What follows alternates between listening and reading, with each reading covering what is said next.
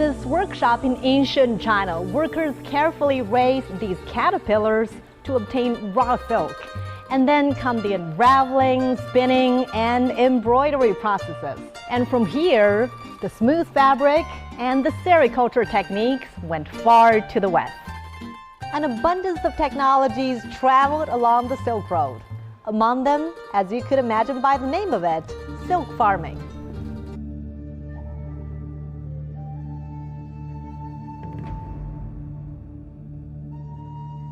Wow.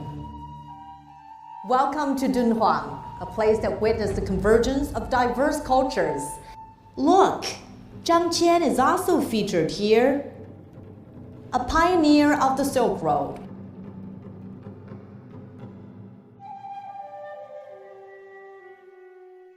Meet the man who pioneered the Silk Road over 2,000 years ago. Zhang Qian, an envoy of China's Han Dynasty, embarked on 2 missions from the ancient capital Chang'an. His epic, arduous journey brought back first-hand accounts of the people and lands beyond the western border. Behind me right here is the big Wild Goose Pagoda. It was built to preserve the Buddha scrolls brought back to Chang'an, or today's Xi'an, by Master Xuanzang.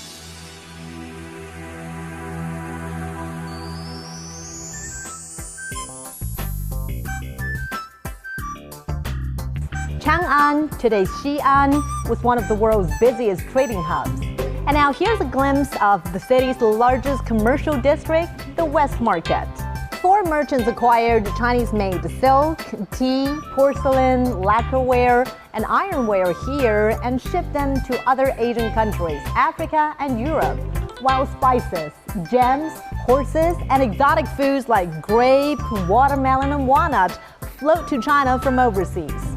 Now, silk was the main part of Chinese exports, so prominent that in 1877, German geographer Baron von Richthofen first named these trade routes as the Silk Road. The light of cultural exchanges continued to shine through in the following Song and Yuan dynasties. In the 10th century, when China was in its Song dynasty, 2 things significantly increased rice yields. 1, a more advanced irrigation system, and 2, the introduction of a drought-resistant, early maturing grain of rice from Chanpa, located in what is now central Vietnam.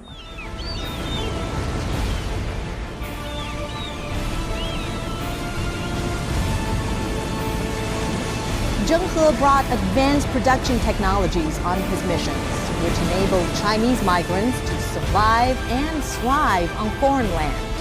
They were also crucial to economic development in Southeast Asia.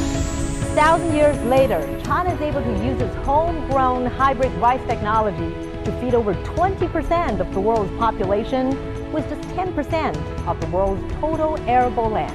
Hybrid rice has been adopted by Pakistan, Bangladesh, and other countries along the new Silk Road, helping with food security in less developed, populous nations. This 1,000-year-old ancient Silk Road can find its modern-day glory as it was renewed a decade ago. In 2013, China proposed the Belt&Road initiative. Countries on board have done a remarkable job in the excavation, research, and protection of cultural relics. Welcome to the Korgos dry port on the China-Kazakhstan border. Once a bustling stop on the ancient Silk Road, now the world's largest dry port and the first cross-border free commercial zone. By July 2022, China-Europe freight trains had completed 57,000 journeys since the railway opened in 2011, transporting millions of containers of merchandise worth nearly $300 billion.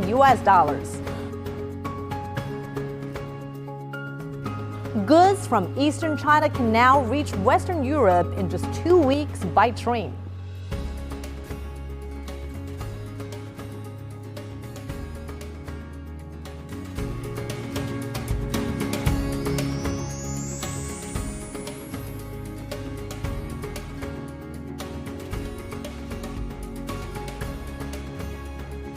Spanning the Eurasian continent for millennia, the Silk Road has always been a symbol of exchange and sharing.